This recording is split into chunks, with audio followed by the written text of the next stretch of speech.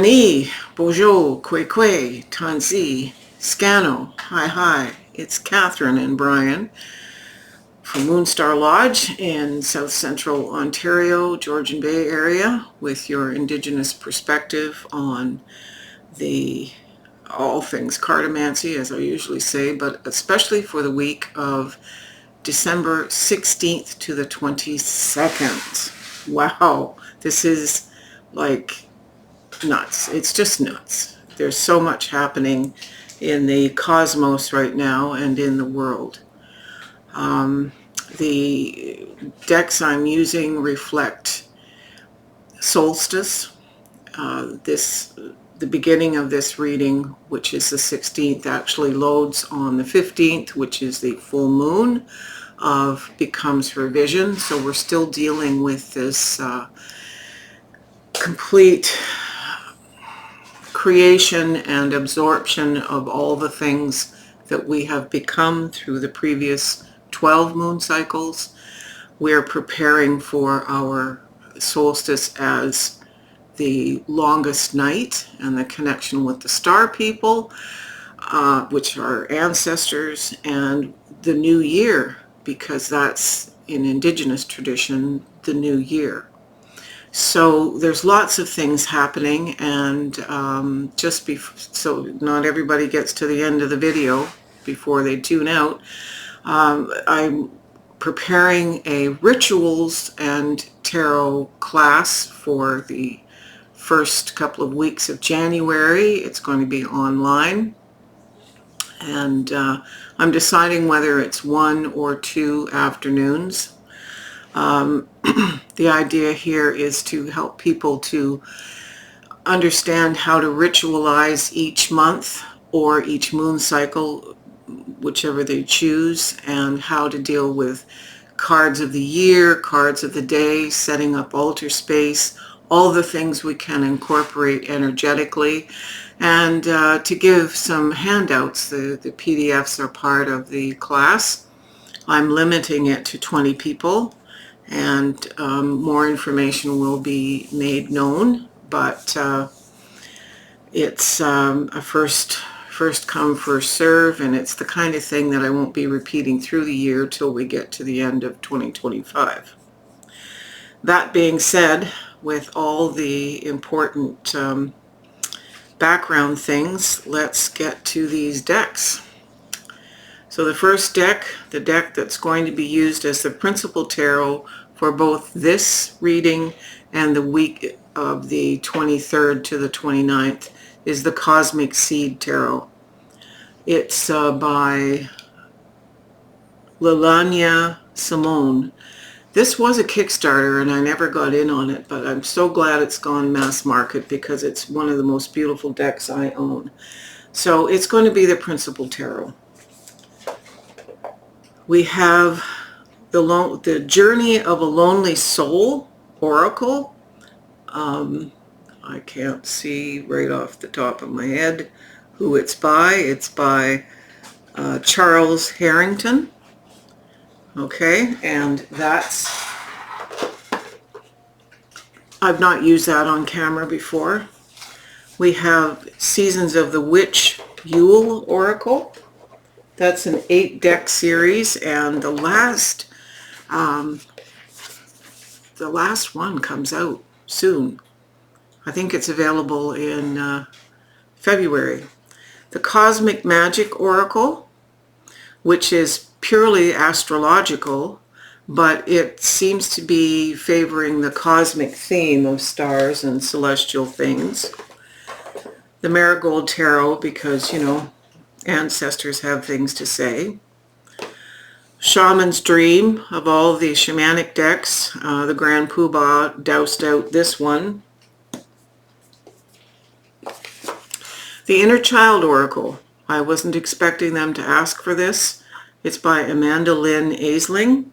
It's a fairly new Hay House deck, but it has a lot of celestial overtones, and a lot of us in this time have unrealistic expectations that things are going to be like they were in childhood, and it can throw us for a loop.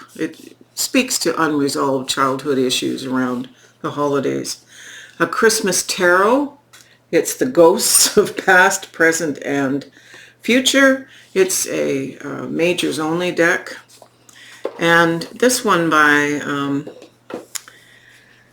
Dinah, I think it's Roseberry or Rosenberry. Roseberry. First Light Tarot. It's again a majors only with a number of other cards. And these cards are special. Again, we've got the celestial theme here. A couple weeks ago, I was supposed to pick 13 cards. The spooks asked for that, and I did 11. I actually went back and looked at the video and counted. So there are 2 people who are going to get a special card pull for them at the end. And I don't give last names, so if you're unsure if the name I'm giving is yours, just message me. That's easy peasy. So, Brian, let's go to the cards, because this is a doozy reading. So here are the Cosmic Seed Tarot up to here, and then we have a card from the First Light deck. The rest of these are the clarifiers, and unfortunately, given space, I've had to kind of crunch a couple of them up. So starting here, so we're talking the 16th to the 22nd, and the very first card here is the Ace of Wands. There's an incubating, powerful fire in the belly. It's of course the fire element represented by wands. It's an impassioned, spirit directed or spiritually infused energies. Something new is coming, and that's really important to know.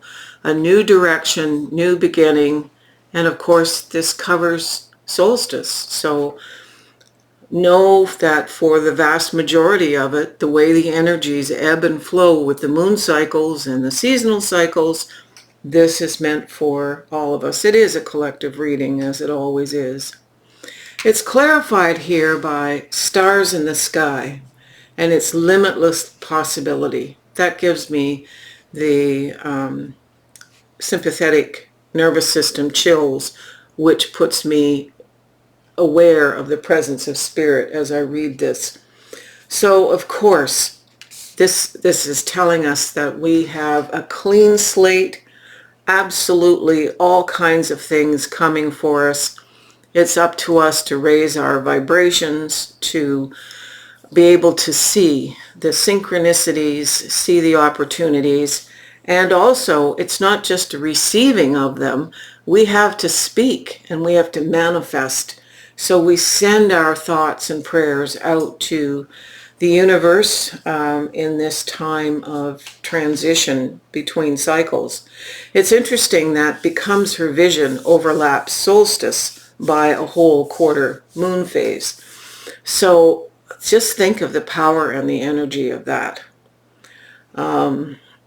With holiday gatherings and family events that might feel a little stressful, but just know that carving out time for yourself to work with these energies over this next 2 weeks and a bit is self-care, and it's proactive. So know that this is just like, you can't have anything better than this.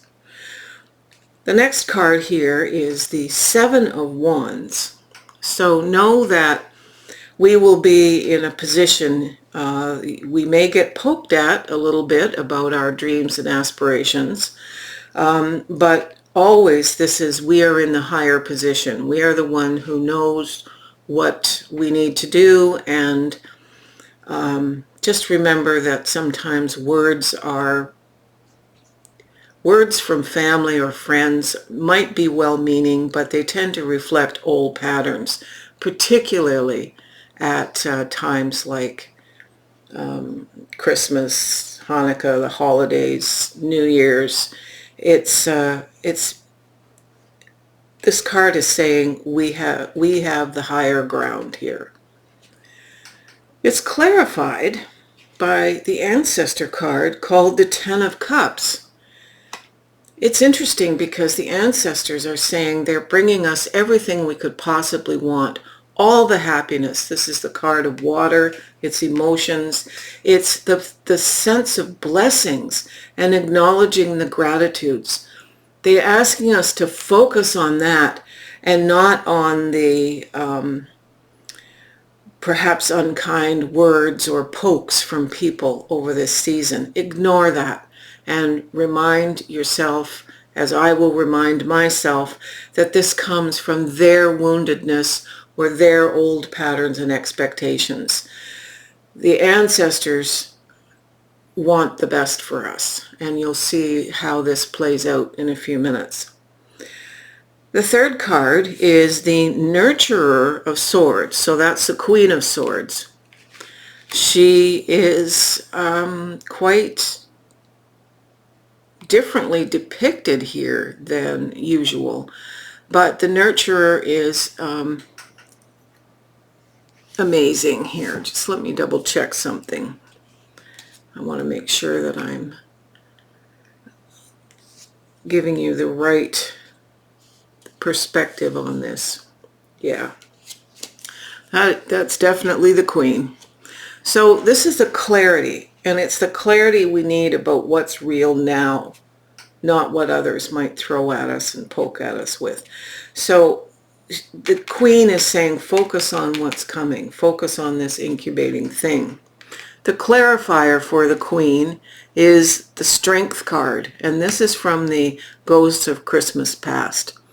This is about knowing that strength is there for us, that the strength is within us to do the right thing and do so from a place of using that strength with clarity and dignity. The next card here is another ace. It's the Ace of Coins, or Ace of Pentacles. And I'm a person who loves symbolism. I'm an artist, and I love when I see congruent symbols, and we see this circular coin here, we see the Wheel of Fortune, and we see the circle that is similar to the rose. There are other circles here, as there often are, with the moon being shown, but these three in a row speak to me in a special way. But let's stay focused here. The Ace of Coins is about new financial, material, family, community beginnings. Again, something new is incubating. It has every potential to be an amazing thing, considering all the information we're receiving so far. The clarifier, I'm just seeing this now, is the Magician. So we have that archetype. We are the ones creating the magic that allows this to manifest, because, and remember, it's not in its form yet, and it won't be beginning for a week or so. It's followed by the Wheel of Fortune. And as I always say, we want to be in dead center in the axle position of any wheel, because if we're out here, we can get thrown off. But these hands always represent ancestral hands. And I feel a sense of protection here, that this newness that's coming, and here's this other circle of the sun. I just noticed that now. The Wheel of Fortune here is in its positive light. And it's saying that with the new year, new fire in the belly, passionate beginnings, new material beginnings. It's an opportunity. The energies are there for all of us. It's clarified by inward initiation. And this speaks to needing very much to take yourself up and acknowledge everything you've learned. This is the card from the Lonely Soul deck. And it's very much about giving yourself the right, in a personal, introspective, intrinsic way, to acknowledge that all of this is happening and to move forward, to expect nothing less than the best. Now we have the Three of Swords, and the Three of Swords is about growth, coming out of something in the past that's been heartbreaking. In this situation, it is not a harbinger of heartbreak. The alternate Three of Swords meaning is growth through wisdom and experience. And that's what this is. The Wheel of Fortune is seeing us grow out of something that might be painful, that harkens back to here, old patterns around Christmas behaviors and expectations. Some of them will be internal, some of them will be external, some of them will be family, some of them will be just in the world. It's clarified here, these Three of Swords, by emotions are the reflection. So look for the deeper meaning. Make sure you understand where any growth is happening coming out of pain, a painful past. And then cut the cord. That's where the rituals come in. Cutting the tie that binds us. Cutting the cord, removing the goo, the karmic goo, removes it from our karmic past and eliminates it from our future. It won't happen again. Ritualize it. Make it yours.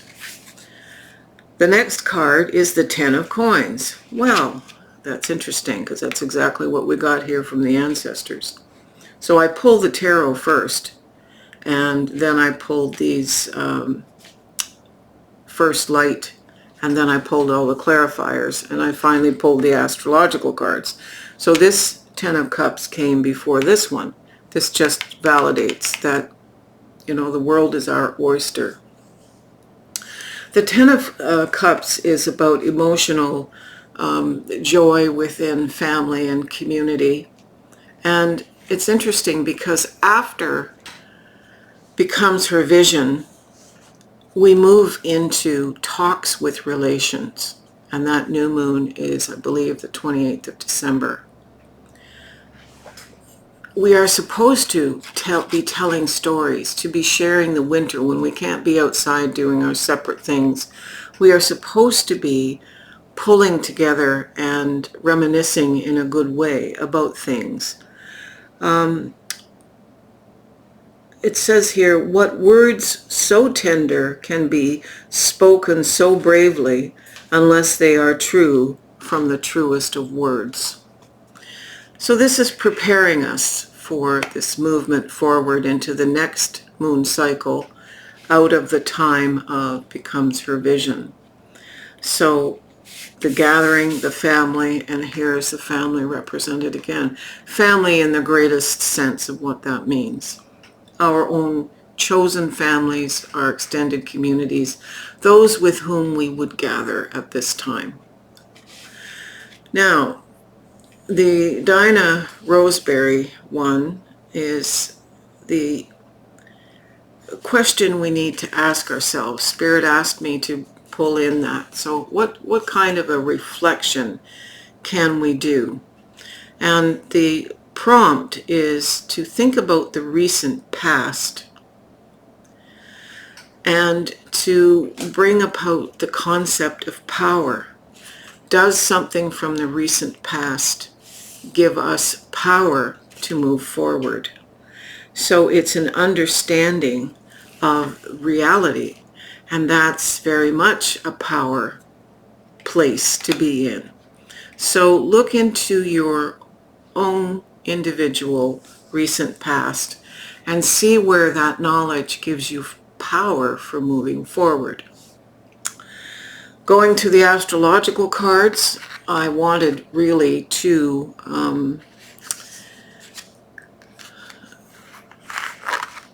houses, if you will, and I got the stars. Of course, that's basically what Spirit is saying.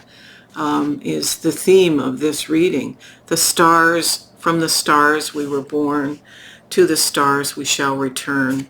This is all celestial information. But everything that we are incubating here with all of this newness and the new year manifests itself finally in Libra. And that's very important. And Libra is balance and to some degree justice in a sense.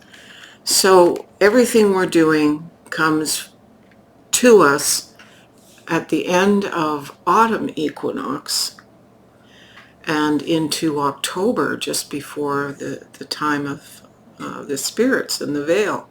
So basically we're looking at a period from December 21st to September 21st. It's an incubation. It's like a pregnancy. That's 9 months. That's great. Good. We have lots that we're birthing here, metaphorically and otherwise. So you can flip the camera, Brian. I get a little nervous when it's time to do a new weekly reading and Spirit has given me no suggestion, nor have I come up within myself of what it is that's appropriate to speak about. And I like to be feeling confident that I know where I'm going. This turned out to be far more beautiful and poignantly appropriate than I ever expected. I'm going to go ahead now and pick the 2 cards for the people who did not get their cards chosen 2 weeks ago, which means I have to mess up the cosmic seed here, but we have a picture. So give me a moment. And I'm asking Spirit who the other 2 people are and why I wasn't nudged that I didn't have enough. I wasn't nudged because I didn't have enough due to the fact that the message would be better received if it arrived this week. That's their answer. So the first card is for Suzanne.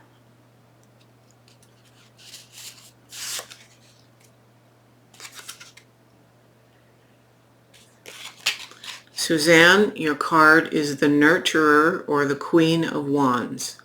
So this is the fire in the belly manifested as a very beautiful woman, the life of the party kind. It's full steam ahead. This tends to be more intrinsic energy, so it's about focusing on you rather than the community so much, but it's you and those around you.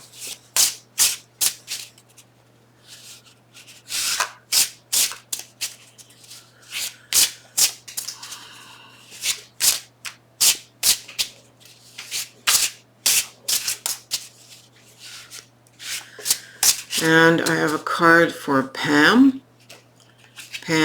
G.